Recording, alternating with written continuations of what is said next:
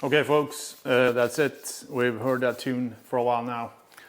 I'm going to play some Alien today, but before we do that, and I'm just going to go through some stuff I've done with the Laser War today and what the next steps are. And this is kind of part of a series I'm doing as I'm shopping Laser War. So let's get over on this side. What I've done now is clean the playfield. I also put down some extra spot mylar, put a coat of wax on, and generally kind of just buffed and clean and put the ring mylars around the pop bumpers. And I also renovated one of the bumpers so far. And let's just get a tour of the playfield and see what it looks like up close.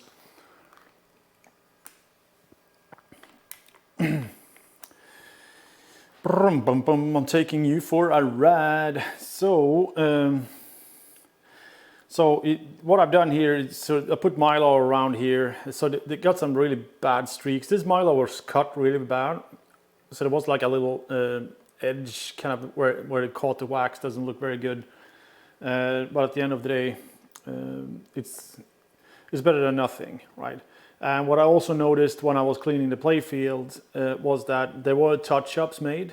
It's down to the wood wear here around the blue and the red bumper, and that paint just came straight off. But all the ball swirls that I had around there, I kind of cleaned those up. They were made by by not having any mylar there. Other than that, it's sort of like I guess the overall mylar is still a little bit dull. I kind of wish I had one of those polish machines and knew how to do that. But at the end of the day, it's just one of those things that you won't notice as much. And as long as there's like no friction, right? I mean, the ball flows really nice on the mylar. Even nicer on the wood itself with the wax on it, right? So I think it will play pretty good, and that's kind of the main thing. I also did some work on this hand was like full of ball swirls. I used some magic eraser and just kind of cleaned that up. What else have I done here? No, just a pop bumper. I mean, this one, it took me an hour to kind of like get everything taken apart, cleaned up, and replaced the coil sleeve.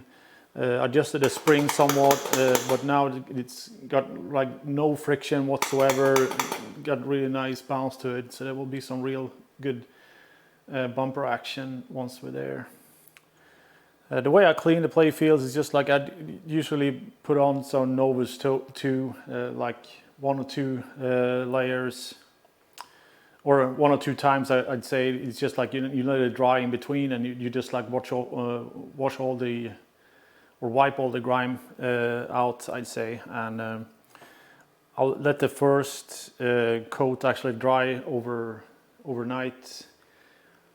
And I use the 1 grand wax. It's not around here at the moment, but I use the 1 grand wax to kind of put on. Buff a really nice. So it's really nice and smooth, and ball travels really nice on it, and it also provides some sort of protection, which is good. And the next few steps, what I'm going to do here, I'm going to pop up the drop targets, make sure that they or the stand-up targets, make sure that they align well. Continue with the pop bumpers, and I'm also going to start taking the lights out and kind of get an inventory of the LEDs and such. Another thing that I didn't talk about last time I streamed this thing was that I have this little neat camera, right, where I take pictures of everything in the game, right? So I just want to kind of show. Let me see. How do you travel back and forth? There you go. So I kind of like the way I break down the game is sort of like I'll take it off in layers, right? So that way I can kind of go back on the camera and kind of like see like what what things look like, and like all the assemblies, how they were mounted and how they came loose and stuff like that. So that is a pretty good thing to have in the shop lying around. Obviously you have cell phones today, but the convenient thing with this little camera is that it has a pretty big display. You can zoom pretty well, and it's just like I have that dedicated for that, which is quite practical. And underneath here, yeah, everything's just kind of hanging loose. I'm gonna, like, all the assemblies needs to come loose. I'm taking out. They're going to be cleaned up, replacing the coil sleeves everywhere, and kind of removing all the friction. A lot of the mechs have a ton of friction, right? So, yeah, this is not as bad, but I can't remember which one I was fingering, but it was just like ridiculous amount of friction, which is not very good if you want a lot of action on the game, right? So.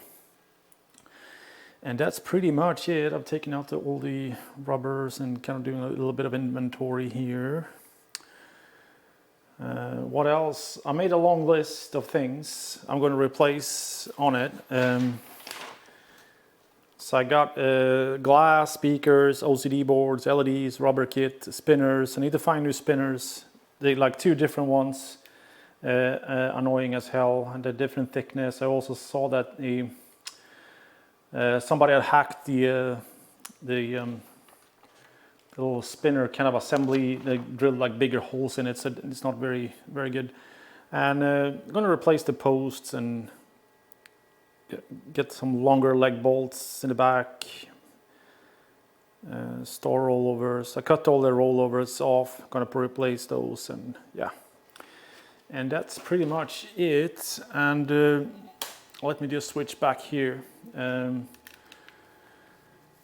Yeah, next steps, I'm not quite sure what I'm going to do. I'm going to continue the assemblies, I think. I'm going to try to order everything tonight and get that kind of rolling, because I need to order things from all over the place, and I also need to figure out what spinner size I'm going to use and all that good stuff. Right, so I'm just going to put this camera here to get some B-cam action on the Xenomorph.